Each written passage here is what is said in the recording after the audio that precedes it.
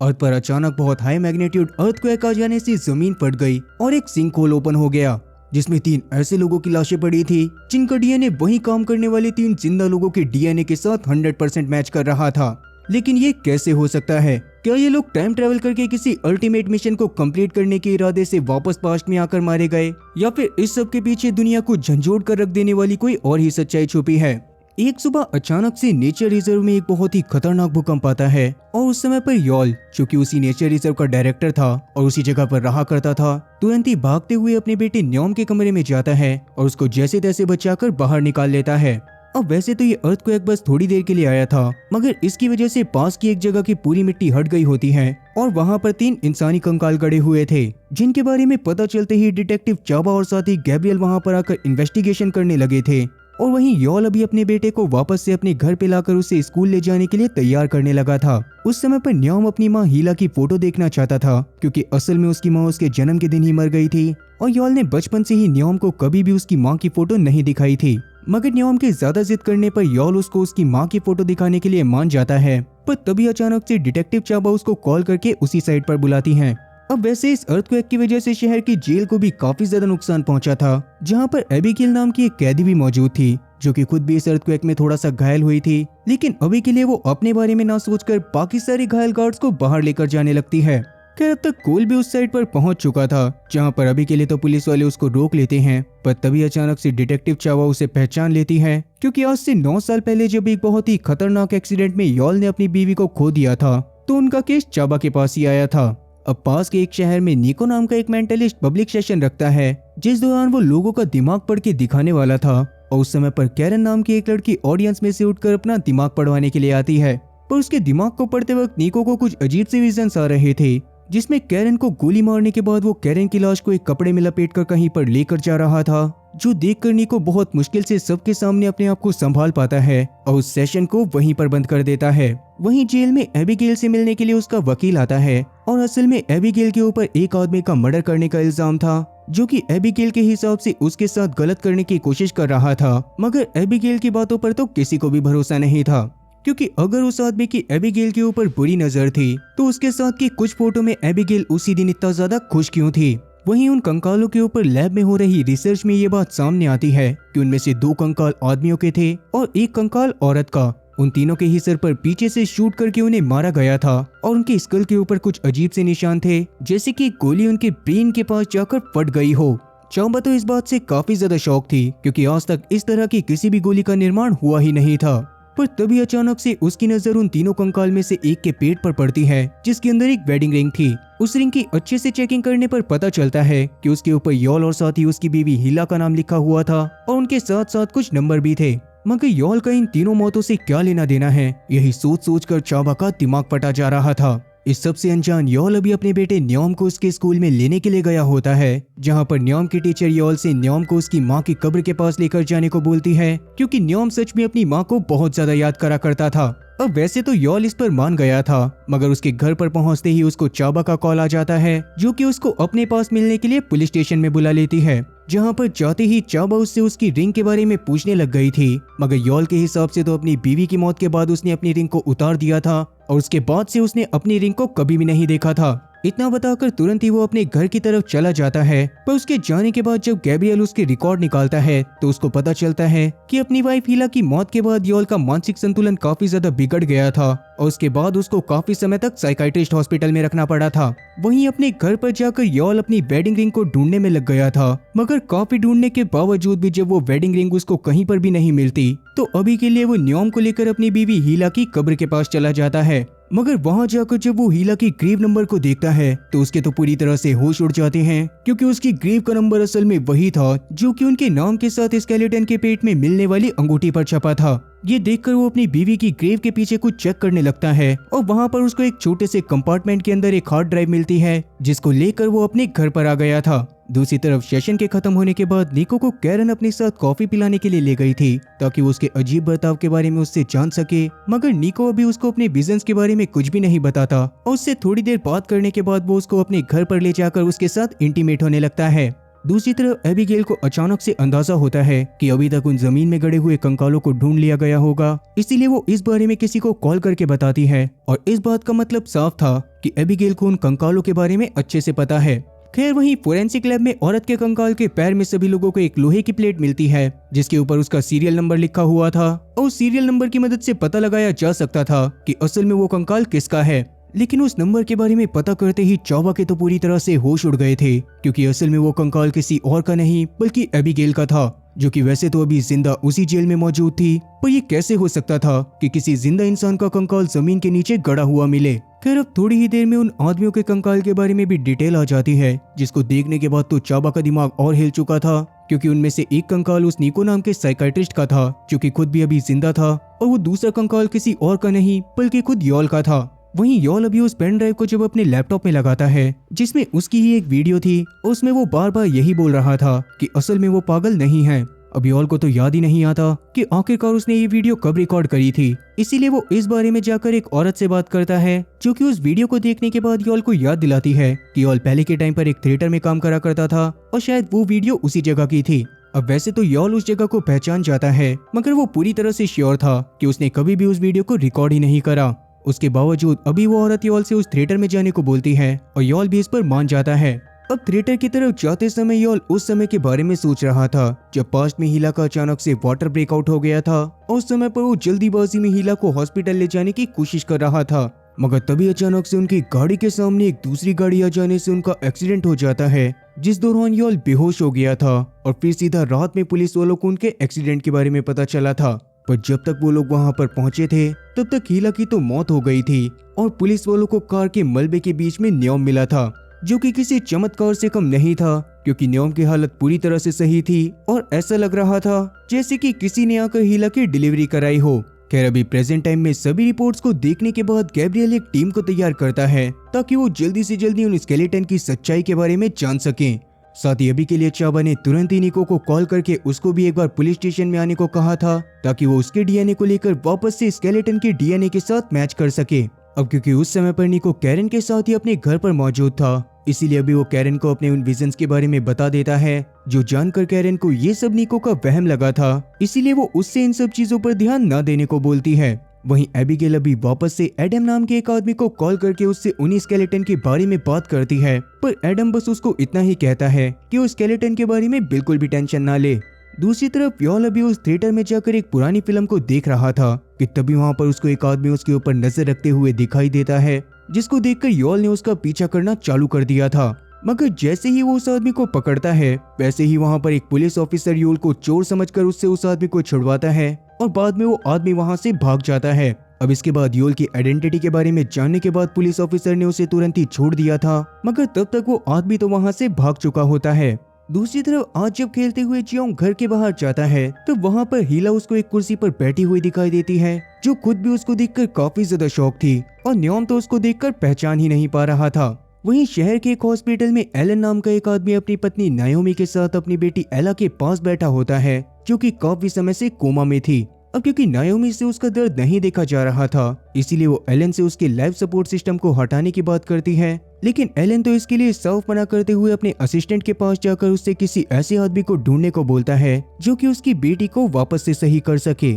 असल में एलन की एक बहुत ही बड़ी टेक कंपनी थी और अपनी बेटी को वापस से सही करने के लिए वो कितना भी पैसा खर्च करने को तैयार था। अब इसके थोड़ी देर बाद जब एलन वापस से एला के पास आता है तो उसको ऐसा लगता है जैसे कि एला ने अपनी फिंगर हिलाई हो, पर डॉक्टर जब वहां पर आकर उसकी कंडीशन को चेक करते हैं तो उनके हिसाब से तो उनकी किसी भी मशीन में एला के शरीर की कोई भी मूविंग एक्टिविटी ट्रैक ही नहीं हुई थी। और इसी बारे में बताने के बाद वो अभी एलन से माफी मांगते हुए वहां से चले जाते हैं। वहीं दूसरी तरफ उस खास तरह की बुलेट के बारे में पता करने पर गैब्रियल को पता चला था कि वैसे तो प्रेजेंट टाइम में उस तरह की बुलेट को बनाए जाने की कोशिश करी जा रही है, मगर अभी तक बस उसका प्रोटोटाइप ही रेडी हुआ था। इस बात ने तो गैब्रियल का दिमाग पूरी तरह से हिला दिया था, पर अभी के लिए वो चाबा से बोलकर यॉल को पुलिस स्टेशन में बुलाता है और उसके भी डीएनए को रीमैच करने के लिए उसका सैंपल लेकर वो उसको उसके घर पर भेज देता है। जहां पर जाते ही नियोम ने काफी ज्यादा शॉक होकर आज के इंसिडेंट के बारे में उसको बताना चालू कर दिया था, जो जानकर तो यॉल को एक तरह का झटका सा लगता है। मगर अभी उसको यही लगता है कि शायद नियम अपनी माँ की तस्वीर देखने के लिए वापस से बहाने बना रहा था। लेकिन इस बार यॉल नियम को हीला की पुरानी वीडियोस दिखा देता है, जिसको देखकर तो नियम पूरी तरह से दंग रह गया था, क्योंकि आज जिस औरत को उसने अपने गार्डन में देखा था वो असल में उसकी माँ ही थी। लेकिन अभी भी यॉल को उसकी बातों के ऊपर भरोसा नहीं होता और वो वापस से अपनी वेडिंग रिंग को ढूंढने में लग जाता है। इस बार किस्मत से उसको उसकी वेडिंग रिंग बाथरूम के कैबिनेट में मिल गई थी, जिसको देखकर उसके चेहरे पर हल्की सी मुस्कान आ जाती है। वहीं चाबा को ये बात पता चलती है कि असल में निको और कोल का डीएनए 80% उन मिले हुए स्केलेटन के साथ मैच कर रहा था, और इसीलिए तब वो इस बारे में बात करने के लिए एक बायोलॉजी प्रोफेसर के पास जाती है, जिससे बात करके उसको पता चलता है कि असल में ऐसा सिर्फ एक ही केस में हो सकता था कि वो लोग जुड़वा हो। लेकिन जुड़वा होने के बावजूद भी 80% तक डीएनए मैच करना एक्सट्रीमली रेयर केस था। तो वो डॉक्टर उसे अपने एक पुराने कलीग याकूब सुलेमानी के बारे में भी बताता है, जिसके साथ भी अचानक से ऐसा ही सेम इंसिडेंट हुआ था। उस समय पर उसके फिंगरप्रिंट एक मर्डर साइट पर पाए गए थे, मगर याकूब के हिसाब से तो वो कभी भी वहां पर गया ही नहीं था। ये सुनकर चाबा और गैब्रियल दोनों ही एक बार याकूब से मिलने का डिसाइड करते हैं, ताकि वो इस बारे में और ज्यादा जान सके। खैर अभी शहर में दूसरी तरफ काफी सारे मास्क पहने बंदे एक बिल्डिंग में जाकर एक कपल को एक रूम में भेजते हैं, जहां जाते ही सबसे पहले तो वो दोनों कपल अपना मास्क हटाकर एक दूसरे से अपने लव को कन्फेस करते हैं और बाद में एक दूसरे को शूट करके खत्म कर देते हैं। फिर जब पुलिस वालों को इस बिल्डिंग में हुए कांड के बारे में पता चलता है तो वो लोग तुरंत ही वहां पर पहुंच जाते हैं, मगर अब तक तो उस कपल की डेड बॉडी वहां से अपने आप गायब हो चुकी थी। फिर सीसीटीवी फुटेज को देखने के बाद तो पुलिस वालों की सिट्टी पिट्टी पूरी तरह से गुल हो जाती है, क्योंकि असल में उन दोनों ही कपल के एक दूसरे को शूट करने के बाद अचानक से उन दोनों की बॉडी रिवर्स मोड में काम करने लग गई थी, और उन्हें देखकर ऐसा लग रहा था जैसे कि उनके लिए समय पीछे की तरफ चल रहा हो। खैर वहीं जब सुबह सुबह नियम की आंख खुलती है तो उसको अचानक से याद आता है कि आज उसकी टीचर स्कूल के बच्चों को ट्रिप पर लेकर जाने वाली थी, लेकिन लेट उठने की वजह से वो अब उन लोगों के साथ नहीं जा सकता था। वो इस बारे में तुरंत ही यॉल को बताता है और यॉल उसको अपनी गाड़ी में बिठाकर उसे पिकनिक स्पॉट की तरफ लेकर जाने लगता है, जहाँ जाते समय अचानक से नियम ने यॉल को एला के बारे में बताना चालू कर दिया था, जिसको वैसे तो उसने कभी भी नहीं देखा होता, लेकिन एला के सपने उसको बार बार आ रहे थे और उसके हिसाब से वो अंधेरे में कैद थी। लेकिन यॉल अभी उसको ऐसे सपनों को भूलने को बोलता है और उसको उसकी क्लास के बच्चों के साथ पिकनिक स्पॉट पर छोड़कर वहां से चला जाता है। उस समय पर निको और कैरन भी उस जगह पर घूमने के लिए आए हुए थे, और अभी जैसे ही निको की नजर नियम पर पड़ती है तो उसको वापस से काफी ज्यादा अजीब लगने लगता है, और उसको ऐसा लग रहा था जैसे कि वो नियम को बहुत अच्छे से जानता हो। पर अभी निको इस बारे में कैरन को कुछ भी नहीं बताता और पास में बैठकर उसके साथ बातें करने लगता है। वहीं एलन और नाओमी अभी डॉक्टर से बात करने के बाद उस पल के बारे में बातें करने लग गए थे जब एक समय पर वायलिन बजाते हुए अचानक से एला जमीन पर गिरकर बेहोश हो गई थी, और उसके बाद से ही वो कोमा में थी। खैर प्रेजेंट टाइम में जैसे ही एबिगेल के लॉयर को पता चलता है कि एबिगेल के जैसा सेम डीएनए किसी और स्केलेटन में पाया गया है, तो उसी मुद्दे को कोर्ट में उठाकर वो बहुत आराम से एबिगेल को जेल से फ्री करवा देता है। वहीं चाबा और गैब्रियल अभी यॉल के बारे में बातें कर रहे थे, जहां उनकी बातों से समझ आता है कि असल में 9 साल पहले जब यॉल की कार का एक्सीडेंट हुआ था तो बाद में यॉल ने वहां पर किसी दूसरी कार के होने के बारे में दावा करा था, लेकिन बहुत ज्यादा ढूंढने के बाद भी वहां पर उन्हें कोई दूसरी कार नहीं मिली थी, क्योंकि ना तो वहां पर किसी और कार के टायर के निशान थे और ना ही वहां पर किसी दूसरी कार का टूटा हुआ हिस्सा मिला था। ये बात सुनकर तो गैब्रियल को भी काफी ज्यादा अजीब लगता है, क्योंकि सच में अगर 9 साल पहले यॉल की गाड़ी का एक्सीडेंट किसी दूसरी गाड़ी से हुआ था तो वहां पर किसी दूसरी गाड़ी का टूटा हुआ हिस्सा मौजूद होना चाहिए था। खैर अब इसके थोड़ी देर बाद चाबा वहां पर से याकूब से मिलने के लिए निकल जाती है, पर तभी पुलिस स्टेशन के बाहर यॉल भी पहुंच जाता है। उस समय पर एबिगेल भी जेल से निकल रही थी, पर अभी वो यॉल को देखकर उसे अजीब तरह से घूरने लगती है, मगर यॉल अभी उसको पूरी तरह से नजरअंदाज करते हुए अंदर जाकर गैब्रियल से बातें करने लगता है, जहां पर बात करते हुए उसने गैब्रियल को अपनी वेडिंग रिंग दिखा दी थी, और उसके अलावा वो गैब्रियल को भी वो पेन ड्राइव भी दे देता है जो कि उसको हीला की ग्रेव के पीछे मिली थी। उस पेन ड्राइव की क्लिप में एक छोटी सी जगह पर डिस्टॉर्टिंग साउंड आने की वजह से यॉल की आवाज नहीं आ रही होती, इसीलिए गैब्रियल अभी उस पार्ट को क्लियर करवाने के लिए अपनी टीम के पास भेजकर यॉल को थोड़ी देर वेट करने को बोलता है। वहीं अब तक चाबा ने भी याकूब को ढूंढ लिया था, मगर याकूब उससे 9 साल पहले हुए इंसिडेंट के बारे में कोई भी बात करने से साफ मना कर देता है, क्योंकि उस समय पर पुलिस वाले उसकी कोई भी बात नहीं सुनना चाहते थे और उसी वजह से उसको काफी लंबी सजा काटनी पड़ी थी। इसीलिए तब ना चाहते हुए भी चाबा को वहां से वापस जाना पड़ गया था। और वहीं लेक साइड पर ही निको भी कैरन के साथ घूमते हुए पास के एक ब्रिज पर आ गया था, पर वहां पर आते ही उसको वापस से अजीब से विजन्स आने लगते हैं, जिसमें इस बार वो खुद को कैरन के शरीर को उसी ब्रिज से नीचे फेंकते हुए देखता है, जिसे देखकर वो सच में काफी ज्यादा डर गया था। इसीलिए वो तुरंत ही वहां से निकल जाता है।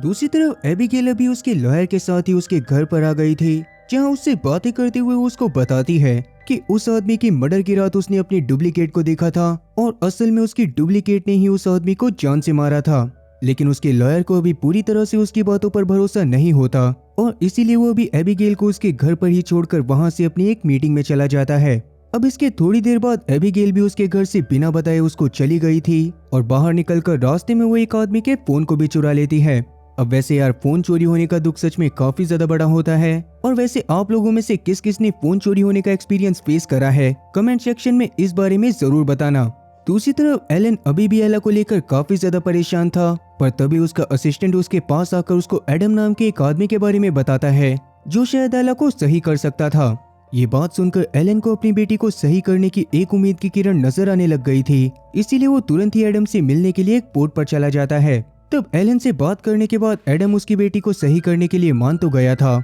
लेकिन एलन से वो काफी सारे पैसों की मांग करता है। ये बात सुनने के बाद तो एलन को अभी के लिए वो फ्रॉड लगने लग गया था, इसीलिए वो बाहर जाकर एडम के रखे कंटेनर्स को देखने लगता है, जिसमें सच में काफी सारे एडवांस मेडिकल इक्विपमेंट्स रखे हुए थे, जो देखकर वैसे तो एलन को लग रहा था कि शायद एला इससे सही हो जाएगी, पर पूरी तरह से भरोसा ना होने की वजह से वो आगे एडम से कोई भी बात नहीं करता और वापस से हॉस्पिटल में चला जाता है। वहीं अब तक वो डिस्टॉर्टेड फाइल भी सही होकर गैब्रियल और यॉल के पास वापस आ गई थी और उस फाइल में असल में यॉल ने अपने पुराने प्रोफेसर एरिक बोल्ट्जमैन के बारे में बताया था और वीडियो की सिचुएशन के हिसाब से उस समय पर यॉल की लाइफ में जो भी चीजें चल रही थी उसके बारे में बस एरिक को पता था। खैर अभी यॉल को इन सब में से कुछ भी समझ नहीं आया था, इसीलिए वो बाद में एरिक के पास जाने का डिसाइड करता है। वहीं उसी लेक साइड पर घूमते हुए न्योम अभी झाड़ियों में आ गया था, जहां पर वापस से उसको हीला दिखाई देती है, जो कि उसको देखते के साथ ही उसका नाम पूछने लग गई थी, क्योंकि उसको लग रहा था कि शायद न्योम खो चुका है। न्योम तब उसको अपने नाम के बारे में बता देता है, मगर हीला उससे कुछ और सवाल कर पाती उससे पहले ही न्योम के दोस्तों ने उसको अपने पास बुला लिया था। तब हीला भी पास में मौजूद यॉल के पास जाकर उसे कहती है कि वो भी अपने बच्चे का नाम न्योम ही रखेंगे। यॉल भी तब इस पर मान गया था और तब जाकर ये बात समझ आती है कि असल में ये हीला पास्ट वाली हीला थी और किसी वजह से इस टाइमलाइन की प्रेजेंट और साथ ही पास्ट की समय रेखा आपस में क्लैश कर रही थी। यही रीजन था कि पास्ट वाली हीला बार बार फ्यूचर के टाइम पर न्योम को दिखाई दे रही थी, मगर न्योम को भी इन सब चीजों के बारे में कोई भी अंदाजा नहीं था। साथ ही असल में जिस बिल्डिंग में जाकर उस कपल ने एक दूसरे को गोली मारी थी वो भी इस यूनिवर्स में नहीं बल्कि किसी दूसरे यूनिवर्स में मौजूद थी, क्योंकि वहाँ पर एक दूसरी ही तरह की चाबा मौजूद थी जिसका हुलिया पूरी तरह से अलग था और इस बात का मतलब साफ था कि दोनों में से किसी न किसी यूनिवर्स में कुछ ऐसा चल रहा था जिसकी वजह से टाइमलाइन और साथ ही यूनिवर्स आपस में क्रैश कर रहे थे। तो अब मैं वैसे काले बालों वाली चाबा के यूनिवर्स को यूनिवर्स 1 कहूंगा और इस सुनहरे बालों वाली चाबा के यूनिवर्स को यूनिवर्स 2।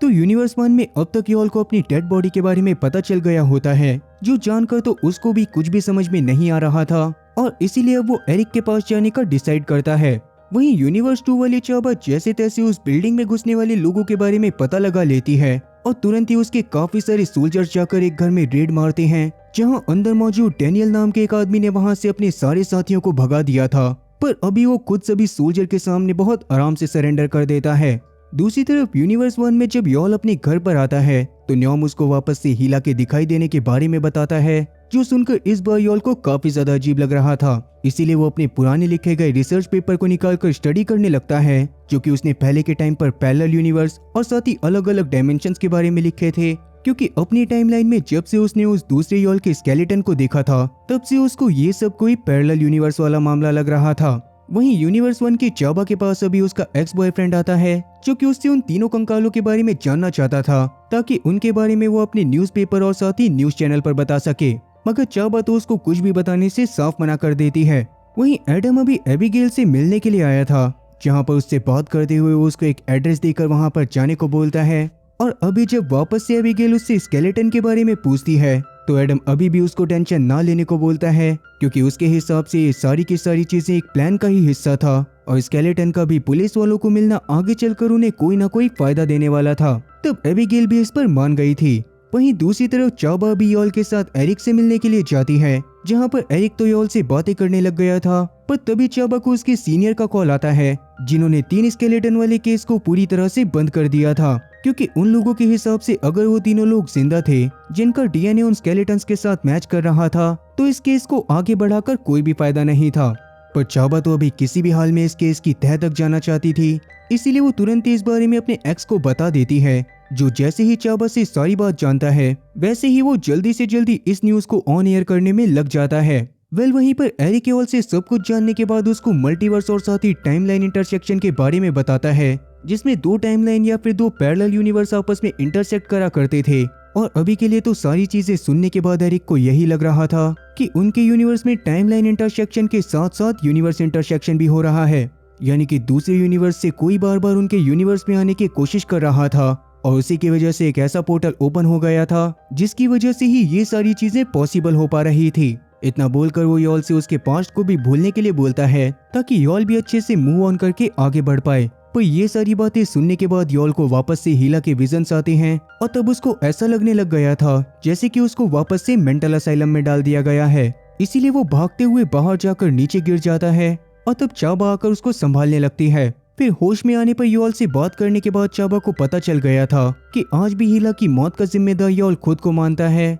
इसीलिए आसानी से वो किसी भी चीज पर फोकस नहीं कर पाता। वहीं निको अभी कैरन के साथ उसके घर में गया हुआ था, जहां पर बात करते हुए वो उसको अपने पास्ट के बारे में बताता है कि असल में बचपन में उसके पिता काफी ज्यादा अब्यूसिव थे, जो कि उसको कभी भी मारने पीटने लगते थे। इसीलिए वो रोज लोगों का दिमाग पढ़ने की कोशिश करने लग गया, जिससे सच में उसके अंदर वो एबिलिटी डेवलप हो गई। पर साथ ही उसको इससे काफी ज्यादा फायदा भी होने लगा, क्योंकि लोगों का दिमाग पढ़ने की वजह से उसके पास अच्छे खासे पैसे आने लगे थे। ये सब बताते हुए निको अचानक से कैरन के घर में एक गन को नोटिस करता है, जो बिल्कुल वैसी ही गन थी जिससे उसने अपने विजन में कैरन को जान से मारा था। इसलिए वो उसको देखकर थोड़ा सा डर गया था। पर अभी के लिए कैरन उसको समझाती है कि असल में पहले के टाइम पर वो एक ऑफिसर हुआ करती थी, इसीलिए उसके पास गन को रखने का परमिट है। लेकिन अभी भी निको को काफी ज्यादा डर लग रहा होता है, और तभी अचानक से वो टीवी पर आ रही न्यूज को देखता है, जिसमें एक स्केलेटन के साथ साथ निको की फोटो भी दिखाई जा रही थी, जिससे वैसे तो निको काफी ज्यादा डरने लग गया था।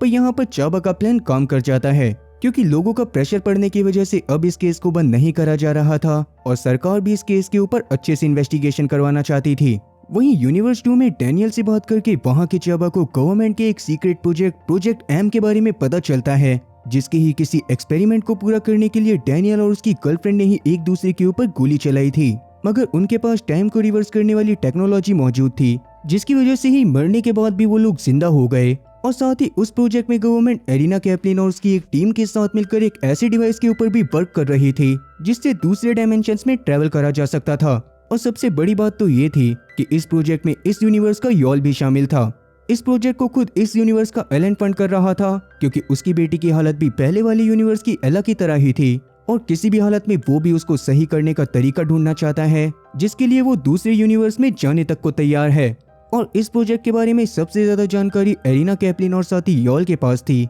जो जानने के बाद तो चावा पूरी तरह से शॉक हो जाती है, क्योंकि इतनी बड़ी पोस्ट पर होने के बावजूद भी अब तक उसको गवर्नमेंट के ऐसे किसी प्रोजेक्ट के बारे में कुछ भी नहीं पता था। इसीलिए अभी वो योल के बारे में जानने के लिए सीधा सरकारी डेटा को चेक करने लगती है, लेकिन योल के डेटा को गवर्नमेंट के द्वारा पूरी तरह से सिक्योर करके रखा गया था, और चाबा किसी भी हालत में योल के डेटा को एक्सेस नहीं कर सकती थी। इसीलिए अभी वो योल के बारे में पता करने के लिए उसकी वाइफ हीला के घर पर जाती है, जो कि इस यूनिवर्स में एक्सीडेंट के दौरान जिंदा बच गई थी, पर उन्होंने अपने बेटे नियम को खो दिया था। खैर अभी हीला से बात करके चाबा को पता चलता है कि योल तो लगभग 6 महीने पहले अचानक से गायब हो गया था, जिसके बारे में वैसे तो उसने भी पता करने की कोशिश करी थी, लेकिन बाद में उसको धमकी भरे कॉल आने लग गए कि अगर उसने योल को ढूंढने की कोशिश करी तो उसको भी जान से मार दिया जाएगा। तब उसने बिना किसी को भी बताए एक प्राइवेट इन्वेस्टिगेटर को हायर करा, और तब भी उसको बस इतना ही पता चला कि योल गवर्नमेंट के किसी खास मिशन की वजह से गायब हुआ था, और गवर्नमेंट किसी भी हालत में नॉर्मल लोगों के सामने उस प्रोजेक्ट के बारे में रिवील नहीं करना चाहती।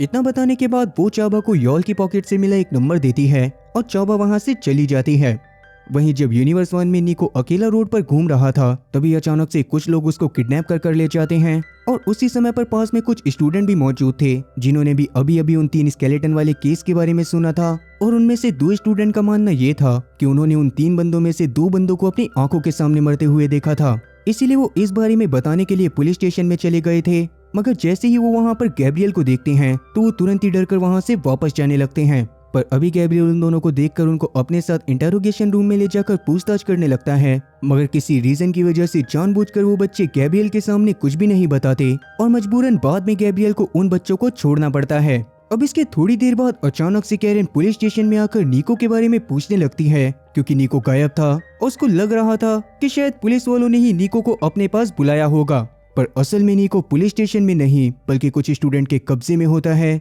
जो कि उससे बात करते हुए उससे कन्फेस करने को कह रहे थे कि वो दूसरे यूनिवर्स से है। अब वैसे तो ये सारी की सारी बातें निको के सर के ऊपर से जा रही थी, पर तब वो स्टूडेंट उसको समझाते हैं कि असल में उन लोगों को किसी डैनियल नाम के बंदे ने निको को ढूंढने के लिए कहा था और डैनियल खुद भी दूसरे यूनिवर्स से था, जिसने उन स्टूडेंट को ये भी बताया था कि असल में निको काफी ज्यादा पावरफुल है और उसने अपनी गर्लफ्रेंड तक को जान से मार दिया था। और अभी के लिए रियलिटी क्लैश करने की वजह से फर्स्ट यूनिवर्स वाले निको को सेकंड यूनिवर्स वाले निको की रियलिटी के विजन्स आ रहे थे। पर क्योंकि अब तक उन स्टूडेंट को ये बात कंफर्म हो गई थी कि उन्होंने जिस निको को ढूंढा है वो इसी यूनिवर्स का निको है, इसीलिए अभी के लिए वो लोग उसको वहां से जाने देते हैं। वहीं यॉल अभी अपनी रिसर्च को और ज्यादा अच्छे से समझने की कोशिश करने लगता है और तब जाकर उसको समझ आता है कि शायद किसी ने दूसरे यूनिवर्स में से इस यूनिवर्स का दरवाजा खोला है, जिसकी वजह से ही वो अर्थक्वेक भी आया था और शायद उसी वजह से रियलिटी चेंज होने की कोशिश कर रही थी, जिससे फ्यूचर और पास्ट की टाइमलाइन भी आपस में कोलाइड करने लग गई थी। और यही रीजन भी था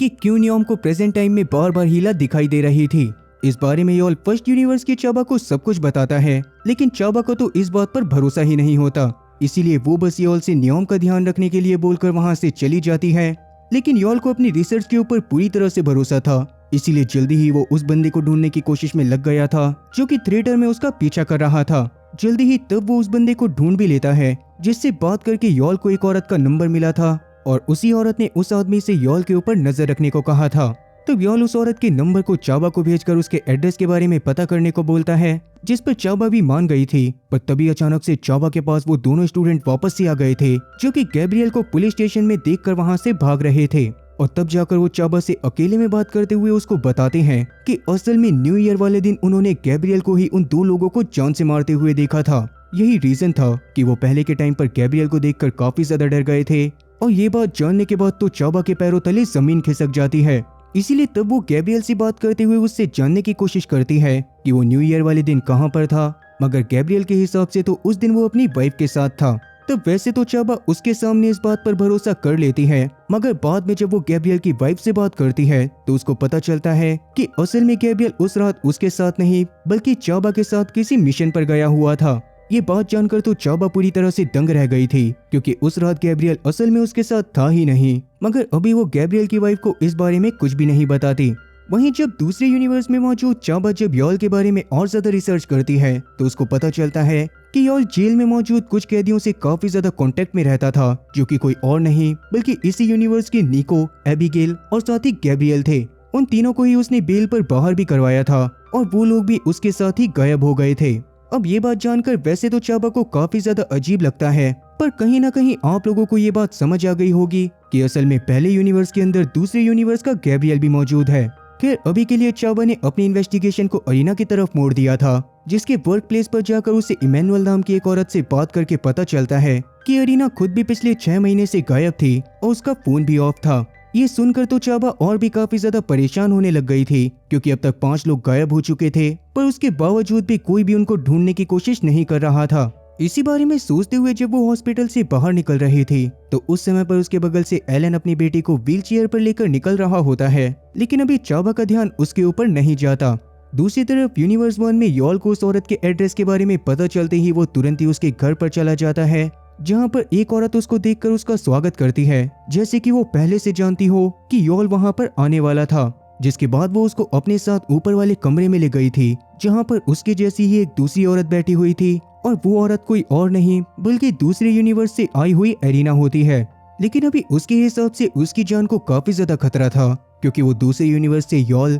निको, गैब्रियल और एबिगेल के साथ इस यूनिवर्स में आई थी। लेकिन गैब्रियल ने आते ही वहाँ पर निको और यॉल को जान से मार दिया था और बस एरिना और एबिगेल ही उस जगह से बचकर निकलने में कामयाब हो पाए थे। लेकिन एरिना को अभी ये बात नहीं पता थी कि पुलिस वालों को दूसरी यूनिवर्स से आई हुई एबिगेल का भी कंकाल मिल गया था। वहीं एबिगेल अभी सीधा एडम के दिए हुए एड्रेस पर चली गई थी, जहां पर उसकी मुलाकात उसकी माँ से होती है, जिसने उसको उसके पैदा होते साथ ही छोड़ दिया था। एबिगेल को उम्मीद थी कि शायद अब उसकी माँ उसको एक्सेप्ट कर लेगी, मगर अभी भी उसकी माँ उसको देखकर बिल्कुल भी खुश नहीं होती, क्योंकि अब उनका एक अच्छा खासा परिवार था और वो बस अपनी अभी वाली बेटी को ही पसंद करा करती थी। अब इस बात से एबिगेल का मन पूरी तरह से टूट गया था, पर अभी बस वो अपनी माँ को हक करते हुए वहाँ से चली जाती है। वहीं इसी यूनिवर्स की चाबा गुस्से में अब गैब्रियल के पास जाकर उससे सच जानने की कोशिश करती है कि असल में वो न्यू ईयर वाले दिन कहाँ पर था। तब गैब्रियल उसको बताता है कि असल में वो उस रात किसी और औरत के साथ था, पर उसके नाम के बारे में अभी भी वो चाबा को कुछ भी नहीं बताना चाहता था।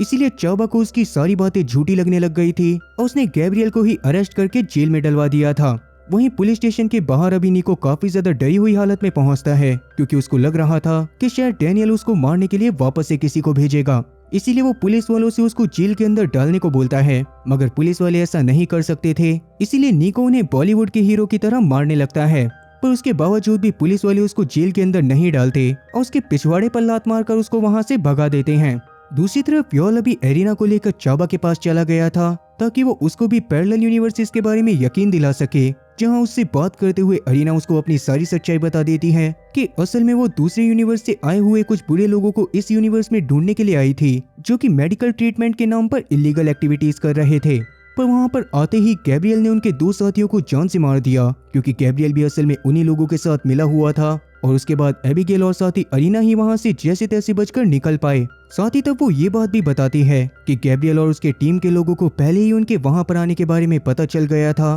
क्योंकि उनके यूनिवर्स का योल इस यूनिवर्स में आकर इस यूनिवर्स के न्योम से मिलने की कोशिश करता रहता था, क्योंकि उनके यूनिवर्स में एक्सीडेंट के दौरान न्योम मारा गया था और हीला की जान बच गई थी। और उसने ही इस यूनिवर्स के योल को सारी सच्चाई बताने के लिए हीला की ग्रेव के पीछे वो पेन ड्राइव भी रखी थी। ये सुनकर तो योल इमोशनल होता हुआ वहां से बाहर चला जाता है, पर अभी भी चाबा को एरिना की बातों पर बिल्कुल भरोसा नहीं होता, इसीलिए वो वहां से थोड़ी देर के लिए उठकर बाहर चली जाती है। वहीं न्योम जब अपने घर में होता है तब पास्ट और प्रेजेंट वापस से कोलाइड करने लगते हैं और उसको पास वाले रूम में वापस से योल और हीला दिखाई देने लगते हैं। उस समय पर हीला काफी ज्यादा रो रही थी, क्योंकि डॉक्टर के हिसाब से उसके बच्चे का दिमाग पूरी तरह से विकसित नहीं हुआ था, जिस वजह से शायद उन्हें उस बच्चे को गिरा देना चाहिए था। इस पर शुरुआत में हीला तो वैसे मना कर रही होती है, लेकिन बाद में योल उसको समझाता है कि उन्हें डॉक्टर की बात को मान लेना चाहिए, जिसके बाद वो वापस से बच्चे के लिए ट्राई करेंगे और एक हेल्दी बच्चे को जन्म देंगे। ये देखकर न्योम को समझ आ गया था कि पहले योल ने हीला के पेट में ही उसको जान से मारने का फैसला करा था,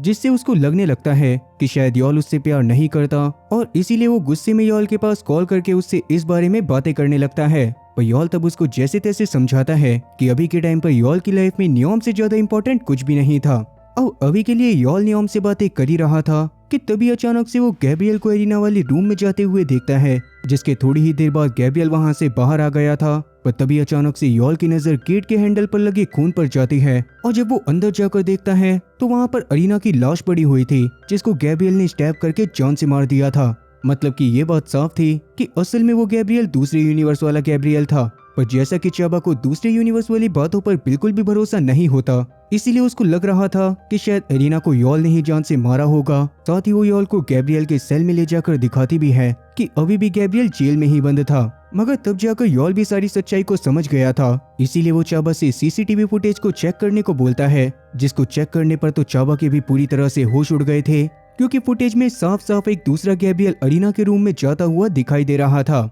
उसको देखने के बाद वो तुरंत ही इस यूनिवर्स वाले गैब्रियल को फ्री कर देती है और वो सब मिलकर सोचने लगते हैं कि उन्हें आगे क्या करना चाहिए। पर तभी अचानक से चाबा को कुछ याद भी आता है और वो तुरंत एबिगेल की रिपोर्ट फाइल देखने लगती है, जिसको देखकर उसको समझ आ गया था कि उन्हें एबिगेल का जो कंकाल मिला था वो असल में इसी यूनिवर्स की एबिगेल का है, क्योंकि उसके सर पर जो चोट के निशान मौजूद थे वो किसी भारी चीज से वार करके बनाए गए थे। इसका मतलब कि दूसरी यूनिवर्स वाली एबिगेल ने जानबूझकर इस यूनिवर्स वाली एबिगेल की जान ले ली थी, ताकि वो इस यूनिवर्स में रहकर उसकी लाइफ को जी सके। ये जानते ही वो तुरंत ही एबिगेल को वापस से ढूंढकर उसको अरेस्ट करवा लेती है, जो कि एक घर के बाहर बैठकर रो रही थी, क्योंकि असल में उसने ये सोचा था कि इस यूनिवर्स में आने के बाद उसको माँ का प्यार मिल जाएगा। मगर यूनिवर्स 1 वाली एबिगेल की माँ ने भी यूनिवर्स 2 वाली एबिगेल की तरह उसे बचपन में ही छोड़ दिया था। खैर वहीं जब दूसरे यूनिवर्स में चाबा जाकर डैनियल को अरीना के गायब होने के बारे में बताती है, तब डैनियल इस बात को समझ जाता है कि वो सारे के सारे लोग पक्का यूनिवर्स 1 में ही गए होंगे, तब वो उनको ट्रैक करने की कोशिश करने के लिए चाबा से अपना लैपटॉप मांगता है, पर काफी देर कोशिश करने के बावजूद भी वो उन लोगों को ट्रैक करने में सफल नहीं हो पाया था। पर अभी जल्दी ही डैनियल ने उन लोगों का रिकॉर्ड निकाल लिया था जिन्होंने सबसे पहले उस यूनिवर्स में ट्रेवल करा था, और वो लोग कोई और नहीं बल्कि खुद एडम, याकूब और साथ ही गैब्रियल थे। याकूब ने ही वो मशीन बनाई थी जिसका यूज करने के बाद वो तो वापस आ गया था, मगर एडम और गैब्रियल वहीं पर रह गए थे। साथ ही उसी टेक्नोलॉजी की मदद से एडम अमीर लोगों से काफी सारे पैसे लेकर उनके खोए हुए बच्चों को दूसरी दुनिया से ला कर देता था, जिसके बदले में उसको अमीर लोगों से बहुत सारे पैसे मिलते थे। ये सब जानने के बाद चाबा समझ जाती है कि अभी के लिए ये सारी की सारी चीजें दूसरे यूनिवर्स से एलन की बेटी एला को लाने के लिए हो रही होंगी, इसीलिए वो इस बारे में जाकर एलन से डायरेक्ट बात करती है। और तब एलन भी इस बात को एक्सेप्ट करते हुए रिवील करता है कि असल में डॉक्टर इमैनुअल भी उनका साथ दे रही थी। ये बात सुनने के बाद चुपके से चाबा ने उसकी डेस्क के नीचे एक माइक्रोफोन लगा दिया था और उसके बाद वो वहाँ से चली गई थी। उसके जाते ही एलन तुरंत ही इमैनुअल को कॉल करके चाबा के बारे में सब कुछ बताता है, जो सुनकर इमैनुअल उसको शांत रहने को कहती है, क्योंकि वो समझ गई थी कि अब उसको सारे के सारे काम को जल्दी से खत्म करना पड़ेगा। इसीलिए वो तुरंत ही याकूब के पास जाकर उसे दूसरे यूनिवर्स का पोर्टल खोलने को बोलती है, जिस पर पहले तो याकूब ने मना कर दिया था क्योंकि अब वो कोई भी गलत काम नहीं करना चाहता। पर तब वो उसको ब्लैकमेल करती है कि अगर उसने उसकी बात को नहीं माना तो वो उसके सबसे पहले पास्ट में जाकर किसी का मर्डर कर देने वाली बात के बारे में सभी लोगों को बता देगी, जिससे बाद में उसको जेल हो जाएगी। मतलब कि इसी यूनिवर्स के याकूब ने 9 साल पहले फर्स्ट यूनिवर्स में जाकर किसी को धोखे से जान से मार दिया था और उसी वजह से फर्स्ट यूनिवर्स के याकूब को जेल हो गई थी। इसीलिए तब याकूब भी डर कर इस बात पर मान जाता है और इमैनुअल भी एडम के पास मैसेज कर देती है कि उन्हें जल्दी से जल्दी मिशन को खत्म करना पड़ेगा। अब ये सारी की सारी बातें चाबा ने भी उस माइक्रोफोन डिवाइस की वजह से सुन ली थी, और वहीं यूनिवर्स 1 में एडम को मैसेज मिलते ही वो तुरंत ही जेल में मौजूद एबिगेल को मिशन खत्म करने का ऑर्डर देता है, क्योंकि अगर याकूब आखिरी बार इमैनुअल की मदद कर रहा था तो उन लोगों के पास भी अपने यूनिवर्स में जाने का बस ये आखिरी मौका था। ये सोचकर जेल से बाहर निकलने के लिए एबिगेल खुद को जानबूझकर घायल कर लेती है, जिस कारण से उसको हॉस्पिटल में एडमिट करवाना पड़ गया था। दूसरी तरफ निको ने कैरन से मिलना पूरी तरह से बंद कर दिया था, क्योंकि उसको डर था कि कहीं वो भी धीरे धीरे अपनी सेकंड यूनिवर्स वाली पर्सनैलिटी की तरह ना बन जाए। पर कैरन तब उससे खुद मिलने के लिए आती है और उसको कंसोल करते हुए उससे दूसरे निको के स्केलेटन के पास जाकर उसके डर को खत्म करने को कहती है, और तब निको भी बिल्कुल ऐसा ही करता है। वो दूसरे यूनिवर्स के निको के स्केलेटन के पास जाकर उसको टच करने लग गया था, और तब उसको कुछ विजन्स दिखाई देते हैं, जिससे उसको समझ में आ गया था कि असल में यूनिवर्स 2 के निको ने जानबूझकर यूनिवर्स 2 की कैरन को नहीं मारा था। उस समय पर कैरन ने गुस्से में आकर किसी वजह से उससे ब्रेकअप कर लिया था, और जब निको उससे माफी मांगने के लिए गया था तो उस समय पर कैरन ने उसके ऊपर गन तान दी थी, जिससे ही बचने की कोशिश में धोखे से वो गोली कैरन के लग गई और उसकी मौत हो गई। पर निको भी इससे काफी ज्यादा डर गया था, इसीलिए उसने इस बारे में किसी को भी बिना बताए कैरन की डेड बॉडी को उस ब्रिज से नीचे फेंक दिया था। तब फर्स्ट यूनिवर्स वाले निको को वो विजन्स भी आते हैं जब गैब्रियल ने यॉल और साथी निको को शूट करके जान से मार दिया था, पर मरने से पहले यॉल ने अपनी वेडिंग रिंग को निगल लिया था ताकि उसके मरने के बाद उसकी बॉडी को पहचाना जा सके। वहीं नियोम अभी वापस से अपने टीचर के साथ एक और पिकनिक पर आया होता है, जहां पर अपनी माँ को वापस से देखने के इरादे से वो जंगल की तरफ अकेला चला गया था, मगर धोखे से चलते हुए वो एक माइन एरिया में पहुंच जाता है, जो देखकर उसकी टीचर घबराते हुए उसको वहीं पर रुकने को कहती है, और तुरंत ही वहां पर बॉम्ब स्क्वाड वाले आकर नियोम को बचाने की कोशिश करने लगते हैं। उस समय पर एक बॉम्ब के फटने से बॉम्ब स्क्वाड वाला भी एक बंदा दूर जाकर गिरा था, और ये सारी खबर तुरंत ही सारे न्यूज चैनल में आग की तरह फैल गई थी। फिर जैसे ही ये न्यूज यॉल देखता है, वैसे ही वो तुरंत ही अपने बेटे को बचाने के लिए अपनी गाड़ी में बैठकर उस लोकेशन की तरफ जाने लग गया था, मगर तभी एक बार वापस से पास्ट और फ्यूचर की टाइमलाइंस आपस में कोलाइड करने लगती हैं, और इस बार समय उस समय से कोलाइड कर रहा था जब हीला का वाटर ब्रेकआउट हो जाने के बाद पास्ट का यॉल उसको जल्दी से हॉस्पिटल ले जा रहा था। दोनों ही टाइमलाइन के यॉल कार को काफी तेज वन वे रोड पर भगा रहे थे, और तभी टाइमलाइन के कोलाइड कर जाने से उन दोनों की ही गाड़ी एक दूसरे से टकरा जाती है, जिसमें पास्ट वाला योल तो मौके पर ही बेहोश हो गया था, पर फ्यूचर वाले योल को समझ में आ जाता है कि असल में 9 साल पहले उसकी गाड़ी का एक्सीडेंट उसकी ही गाड़ी से हुआ था, और क्योंकि उसे फ्यूचर का आउटकम पता होता है, इसीलिए वो बिना किसी चीज को चेंज करे सबसे पहले जाकर हीला की डिलीवरी करता है, क्योंकि हीला की हालत काफी ज्यादा खराब थी और उसको ऐसे में बचा पाना बिल्कुल भी पॉसिबल नहीं था। फिर हीला की डिलीवरी करने के बाद वापस से टाइमलाइन सही होने पर वो खुद भी बेहोश हो जाता है, और इसका मतलब यही था कि योल ने खुद ही पहले अपनी वाइफ की डिलीवरी करवाई थी, और क्योंकि उसकी गाड़ी का एक्सीडेंट भी उसी की गाड़ी से हुआ था, इसीलिए उस जगह पर सिर्फ उसी की गाड़ी के टायर के निशान थे और किसी और गाड़ी से टकराने का कोई सबूत भी नहीं मिला था। अब इसके बाद जब यॉल की आंख खुलती है तो हॉस्पिटल में उसके सामने न्योम बैठा हुआ था, जो उसको देखकर बहुत ज्यादा इमोशनल होते हुए रोने लगता है। वहीं दूसरे यूनिवर्स में एला अब अपने आप सही हो गई थी, जिसकी वजह से उस यूनिवर्स का एलन काफी ज्यादा खुश होता है। पर फर्स्ट यूनिवर्स में एलन और नाओमी अभी भी काफी ज्यादा दुखी होते हैं। पर तभी अचानक से उनके पास न्योम आता है, जो कि उसी हॉस्पिटल में यॉल के लिए रुका हुआ था। अभी वो एलन और नाओमी की कंडीशन देखने के बाद खुद एला के पास जाने की डिमांड करता है और उसके पास थोड़ी देर बैठने के बाद वो एलन और नाओमी को यही सजेस्ट करता है कि उन्हें किसी को भी इस तरह से बांध कर नहीं रखना चाहिए। एक बच्चे के मुंह से ये बातें सुनने के बाद एलन भी इस पर मान जाता है और डिसाइड कर लेता है कि अब वो एला को और ज्यादा दर्द में नहीं रखेगा और इसीलिए वो उसकी लाइफ सपोर्ट सिस्टम को हटाने के लिए भी मान गया था। वहीं सेकंड यूनिवर्स में बेशक से एला सही हो गई थी, पर उसके बावजूद अभी तक एडम और एबिगेल की वापसी के लिए दूसरे यूनिवर्स के पोर्टल को नहीं खोला गया था। इसी वजह से सेकंड यूनिवर्स की चाबा को काफी ज्यादा अजीब लगने लगता है और वो इस बारे में बात करने के लिए सेकंड यूनिवर्स के एलन के पास वापस से जाती है। और तब जाकर एलन की बातों से चाबा को एक चीज क्लियर होती है कि असल में एलन का प्लान कभी दूसरे यूनिवर्स से दूसरी एला को यहाँ पर लाने का था ही नहीं। गवर्नमेंट के पास बस कुछ और भी तरीके थे जिससे एला को सही करा जा सकता था और इसीलिए उसको सही करवाने के लिए वो बस उस प्रोजेक्ट को फंड कर रहा था। ये बात सुनने के बाद तो चाबा के पूरी तरह से होश उड़ गए थे और उसको अब ये बात समझ में आ गई थी कि असल में ये सारा मिशन कभी एला के लिए था ही नहीं, बल्कि ये सारा का सारा मिशन न्योम के लिए था और इस मिशन के पीछे हीला का हाथ था। ये जानते ही वो तुरंत ही इस बारे में जाकर हीला से बात करती है और तब जाकर चाबा को पता चलता है कि असल में हीला को पता चल गया था कि यॉल के पास दूसरे यूनिवर्स में जाने का तरीका मौजूद है और उस जगह पर न्योम भी जिंदा है। इसीलिए हीला ने यॉल से काफी बार न्योम को इसी यूनिवर्स में लाने की जिद करी थी, पर यॉल ने इसके लिए साफ मना कर दिया था। इसीलिए बाद में उसने खुद ही उस प्रोजेक्ट के बारे में और ज्यादा पता करा और उसको एडम के बारे में पता चला, जिसने सबकी आंखों में धूल झोंक कर गैब्रियल की मदद से ही एबिगेल को भी उनकी टीम में शामिल करवा लिया था। साथ ही अभी के लिए वही लोग थे जो कि न्योम को हीला के पास दूसरे यूनिवर्स से लेकर वापस आने वाले थे। और क्योंकि हीला इस बात को अच्छे से जानती थी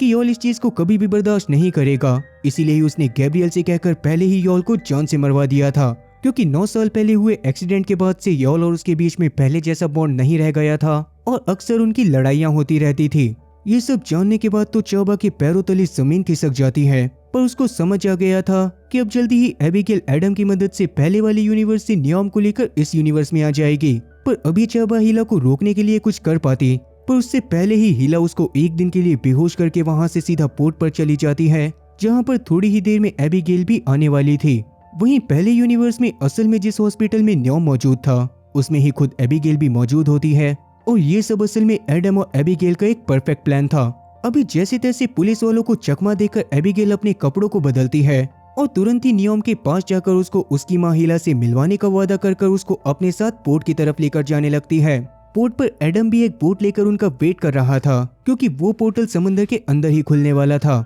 फिर न्योम को बोट में बिठाते ही वो लोग इमैनुअल को सिग्नल भेज देते हैं और इमैनुअल उस पोर्टल को वापस से ओपन कर देता है, जिससे फर्स्ट यूनिवर्स में फिर से बहुत जोर से भूकंप आने लग गया था, जो देखकर फर्स्ट यूनिवर्स के एलन और नाओमी अपनी बेटी एला के बेजान शरीर को बहुत जोर से पकड़ लेते हैं और यॉल भी अभी जल्दी से बाहर आकर चारों तरफ न्योम को ढूंढना चालू कर चुका था। पर जब न्योम उसको कहीं पर भी नहीं मिलता, इसीलिए वो नीचे बैठकर बहुत जोर जोर से रोने लगता है। और वहीं न्योम को भी अब तक एडम और एबिगेल लेकर दूसरे डायमेंशन में हीला के पास पहुंच गए थे, जो कि न्योम को देखकर बहुत ज्यादा खुश होते हुए उसको अपने साथ लेकर चली जाती है। वहीं फर्स्ट यूनिवर्स के हॉस्पिटल में चाबा भी अब तक आ गई थी, जिसको भी न्योम के बारे में सब कुछ पता चल गया था। इसीलिए वो जैसे तैसे यॉल को संभालते हुए उससे वादा करती है कि अब बेशक से कुछ भी हो जाए, पर वो उसके लिए न्योम को ढूंढ कर रहेगी। पर अपने वादे को निभाने में वो कामयाब हो भी पाएगी या फिर नहीं, इसके बारे में हमें कभी भी पता नहीं चलेगा, क्योंकि ये इस सीरीज का सिर्फ फर्स्ट सीजन था और इस सीरीज का सेकंड सीजन कभी भी नहीं आया। पर इसके सेकंड सीजन के आने पर उसको मुझे एक्सप्लेन करना चाहिए या फिर नहीं, कमेंट सेक्शन में इस बारे में जरूर बताना। और वैसे अगर इस सीरीज की स्टोरी ने आप लोगों के दिमाग को घुमा दिया हो तो इस बारे में भी कमेंट सेक्शन में जरूर बताना। बाकी उम्मीद है कि आप लोगों को एक्सप्लेनेशन अच्छी लगी होगी, और अगर एक्सप्लेनेशन अच्छी लगी हो तो चैनल को सब्सक्राइब करना और बेल नोटिफिकेशन को ऑल पर सिलेक्ट करना। मैं ऐसी ही और मजेदार एक्सप्लेनेशन वीडियोस लेकर आता रहूंगा। खैर तब तक के लिए टाटा और गुड बाय।